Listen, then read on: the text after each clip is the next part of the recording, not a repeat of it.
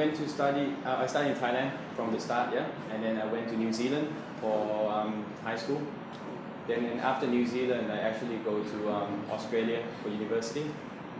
I went to Monash University, studying commerce. My background is commerce and finance, so actually it's on investment banking. I actually started in, it's called Maybank Kim Eng. It's actually a financial firm. I started as a stock analyst, and after a while, I don't like stable jobs that much, so I ended up in event company. So I pioneered with my boss. After a while, my mom got a stroke. Actually, my company, my family business is doing construction parts. So I actually quit my job, right? And I have to replace my mom to the job. And after a while, once the business is in place, I got an opportunity to start this company.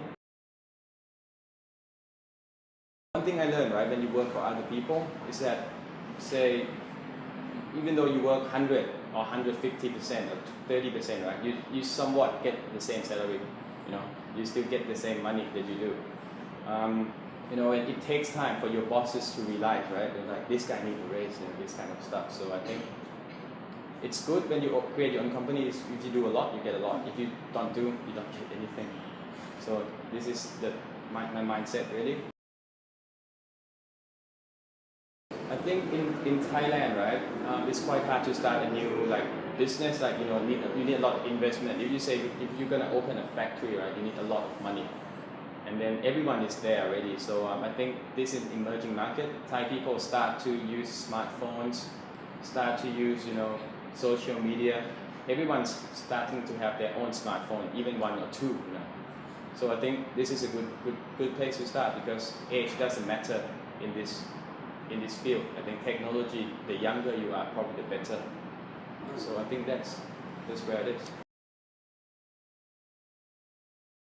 At the start, we begin as an event toy.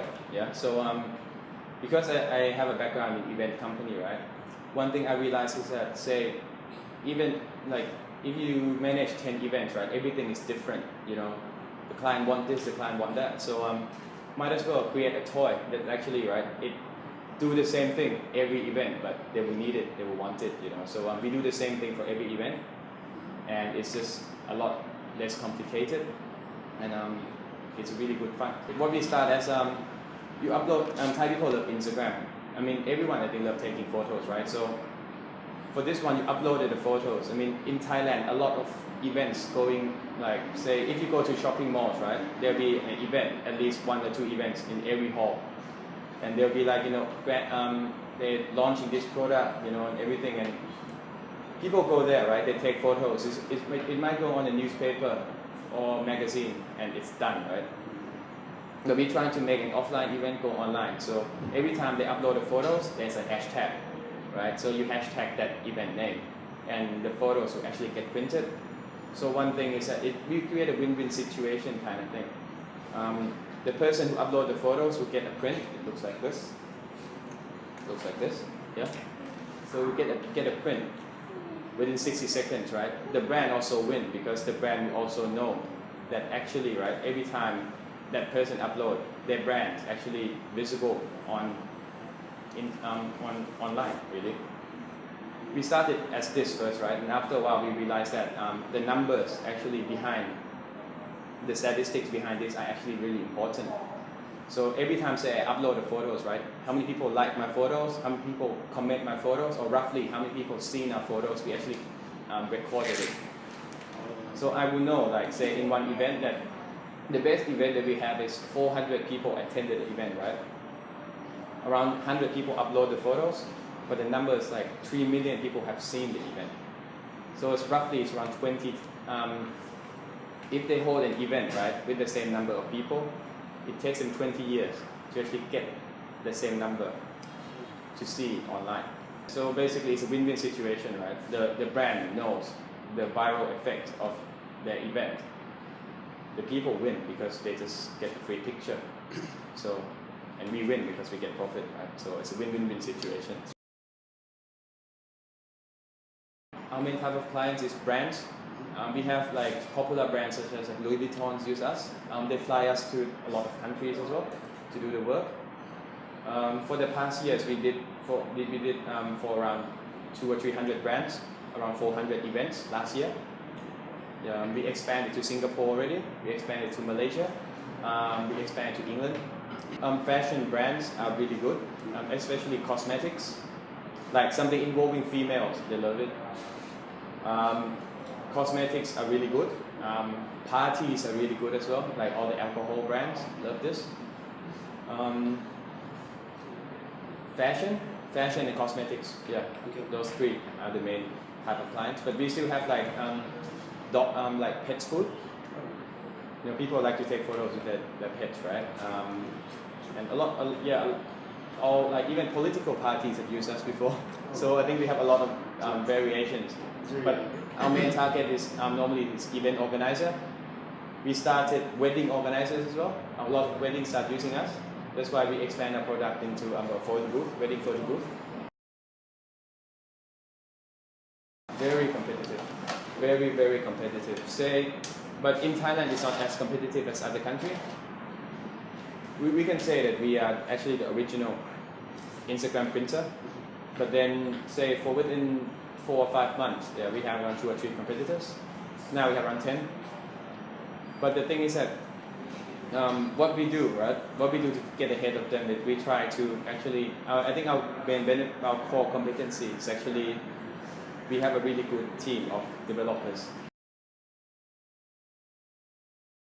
I mean, when hiring people, right? I mean, you will never get 100% right, you know, of the good people. But then, you know, when you come talk face to face, you sort of know, you know, we can give them a little bit of test, like, you know, even are they on time, you know, for the meeting, at the first meeting, are they on time? Do they have to ask a lot to get into our office? You know, these stuff like, you know, do they actually research our company? But then towards the end, right, the 3-month probation period is the most important part, you know. I would tell everyone, it's like, okay, in Thailand, right, there'll be probation period, say, okay, you get 20,000 baht for the first 3 months, and then after the first 3 months, if you're all right, then we give you 25,000 onwards, and then there's the contract, right? Every time I say this, okay, you're gonna get full amount of money, but then within the first 3 months, I can just get rid of you straight away, because if you doesn't fit in the company, you know, it's a dead weight, you know. And our company isn't big, you know, we don't have much resources to spare. So I think the best way is, you know, get them in, trial them for working, and if it doesn't work, then, you know, it's a good goodbye. We don't need to. It's easy to hire people. It's hard to get the right one.